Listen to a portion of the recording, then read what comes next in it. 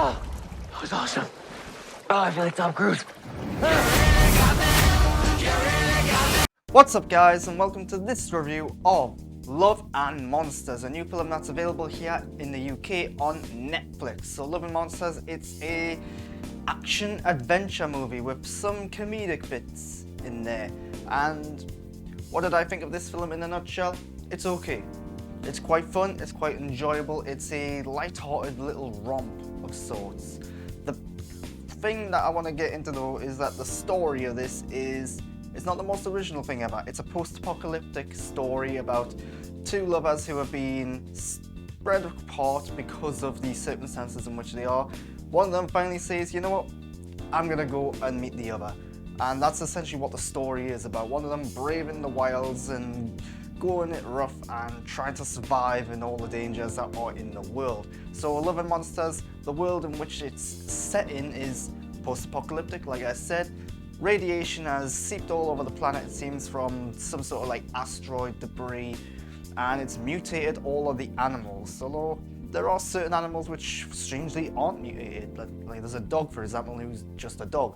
But otherwise you see like giant bees and wasps, you see like huge slugs, and the creature design and the creativity surrounding the creatures and what they're capable of, what they do, I think is actually really quite good. They put some thought into it all, and they look quite good as well when they are just sitting there. Some of the CGI is a little iffy at times though. This isn't a huge budget movie, but you can see where they are pushing what the budget can do. So for example, without getting into spoilers, there's a big crab monster at some point, and they try to give this crab monster some sort of like empathetic human qualities, and it just doesn't quite work. So the creature design, the monster design, pretty good on the whole, but let down a little bit by some of the budget, and you can tell at times when they are limited by the budget, when the camera cuts away and it's focusing purely on the humans running around and trying to fight back, and it's not actually showing you quite as much of the monsters. So that's the world of this film. The characters I like quite a bit. The characters are very likable, they're very relatable. They're fun, they're quirky, they have personalities, they all stand out, they're pretty well developed and written. Although these characters, not many of them I would say are too unique, in that you've probably seen like a zombie movie or some other post-apocalyptic movie where these are ripped out of in some form or another. But again, it's a minor thing, they are likable, they are well acted, and so on and so forth. Here's the thing though, the film starts with like this montage, this animated montage of sequences explaining what's going on, what's the state of the world, who are the characters, and so on and so forth. It's very well done, very good, but it's full of comedic moments.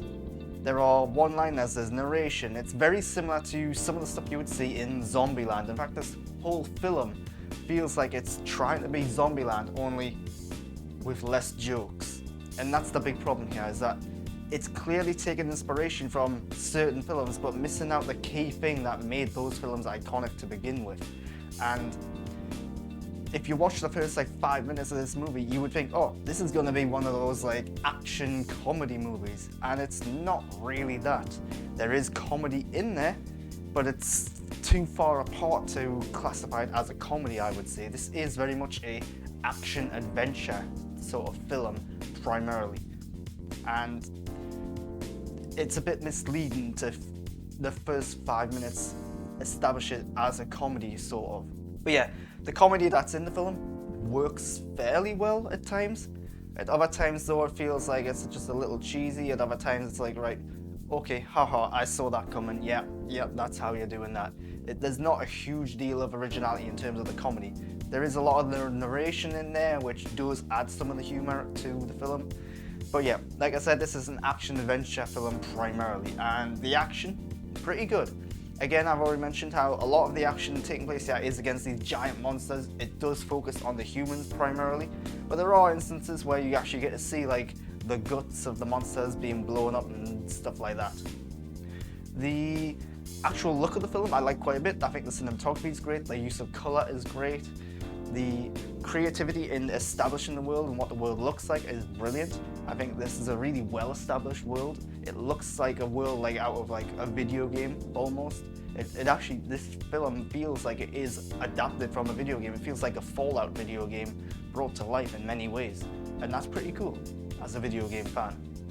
So yeah, that's about all I've got to say about Love and Monsters, to be honest. It's fun, it's entertaining, it's not a comedy, but there are comedic bits in there. It's got some good action in there. I like the characters quite a lot. There is some variety of the characters. The main character is played by Dylan O'Brien. He is very likable, very charming. He's very much a nerdy, geeky guy, sort of.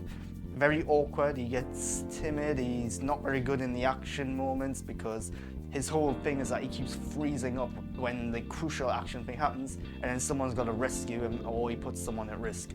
So the whole film, the theme of the film for him is to overcome his fears and to figure out who he actually is and who he wants to be in this new world of sorts. And I think he's pretty good. That's about it. Yeah, story, characters, production, it's all pretty decent across the board. It just does sometimes lack an originality. And yeah, I do recommend this film if you've got some time to spare. I think you will have a lot of fun watching it. It's very entertaining. It's one of those films as well, though, that once you're done with it, you'll probably never watch it again. It's a good like an hour, 45 minutes just to pass the time basically. Very entertaining. That's Love and Monsters. If you've liked this review, why not follow me on Twitter and Instagram at @the_GrantBurton. But most importantly, subscribe to my channel to get more content like this. That's the big thing. Please subscribe. I really appreciate that. And until next time, thanks for watching.